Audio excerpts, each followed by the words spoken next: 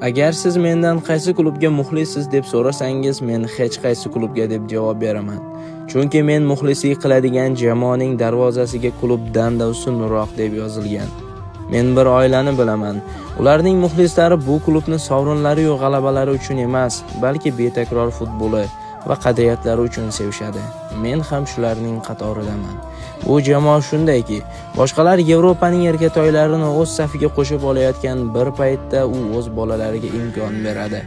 Barselona aql bilan seviladi va yurak bilan muxlislik qilinadi. Afsonalar jamoadan ketganda butun dunyoni yig'latib ketishadi. Bu shunday jamoaki, unda imkoniyat eshiklari doimo ochiq. Bu shunday jamoaki, jarohatdagi futbolchilarga ham shartnoma taklif qiladi. Bu shunday jamoaki, tarkibi yulduzlarga to'la bo'lsa ham bolalar fondi UNICEFga tekinga hamkorlik taklif qilgan. Dunyodagi eng yaxshi klub, agar uni klub deb atash mumkin bo'lsa. Endi aytingchi, qanday qilib bunday jamoaga muxlis bo'lmaslik mumkin? Aslında hiç gidilmez.